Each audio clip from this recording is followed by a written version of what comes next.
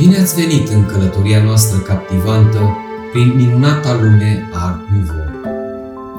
În acest videoclip ne vom îmbarca într-o explorare încântătoare a mișcării artistice care a depășit granițele și a lăsat o amprentă de neșters asupra arhitecturii, modei și artelor.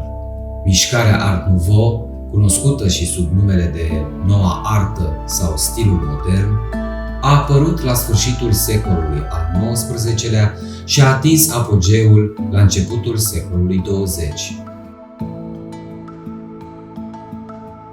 Art Nouveau a revoluționat peisajul arhitectural, iar unul dintre cei mai renumiți vizionari ai acestuia a fost genialul arhitect Antoni Gaudí. Cea mai emblematică capodoperă a lui Gaudí, Sagrada Familia din Barcelona, întruchipează esența Art Nouveau. Ferestrele sale înalte, fațada complexă și interiorul impresionant reflectă geniul vizionar al lui Gaudí. Casa Milà, cunoscută și sub numele de La Pedrera, este o altă bijuterie arhitecturală proiectată de Gaudí. Fațada sa ondulată din piatră, balcoanele din fier forjat și sculpturile de pe acoperiș exemplifică natura organică și încântătoare a stilului Art Nouveau. Creația capricioasă a lui Gaudí, Parcul Güell, este un adevărat testament al viziunii sale imaginative. Mozaicurile vibrante din faianță ale parcului, aleile întortocheate și elementele arhitecturale fantastice oferă o experiență suprarealistă pentru vizitatori. Deși contribuțiile lui Gaudí la arhitectura Art Nouveau sunt de neegalat, și alți arhitecți notabili și-au lăsat amprenta. Feroneria complexă a lui Horta, intrările emblematice ale metroului din Paris ale lui Guimard și clădirile elegante ale lui Wagner prezintă diversitatea și amploarea globală a arhitecturii Art Nouveau.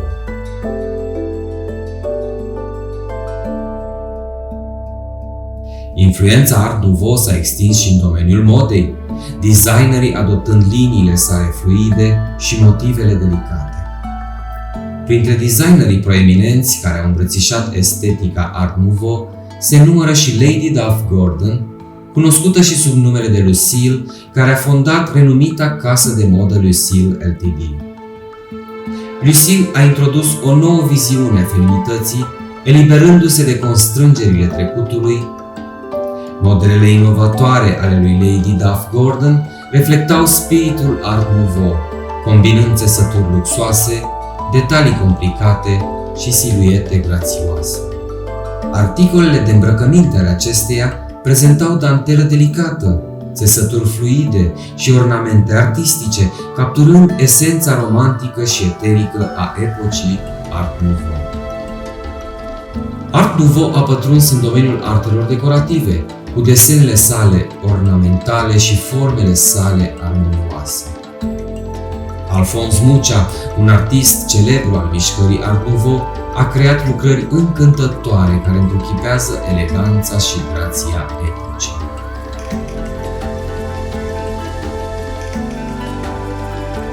Art Nouveau a prosperat în domeniul artelor plastice, cu reprezentări senzuale și un simbolism bogat. Printre artiștii emblematici ai mișcării Art Nouveau, Gustav Klimt se remarcă prin picturile sale hipnotizante, care întruchipează farmecul și eleganța epocii. Stilul distinctiv al lui Klimt este caracterizat de modele complicate, cu foiță de aur strălucitoare și figuri senzuale, toate acestea contribuind la estetica inconfundabilă a stilului Art Nouveau.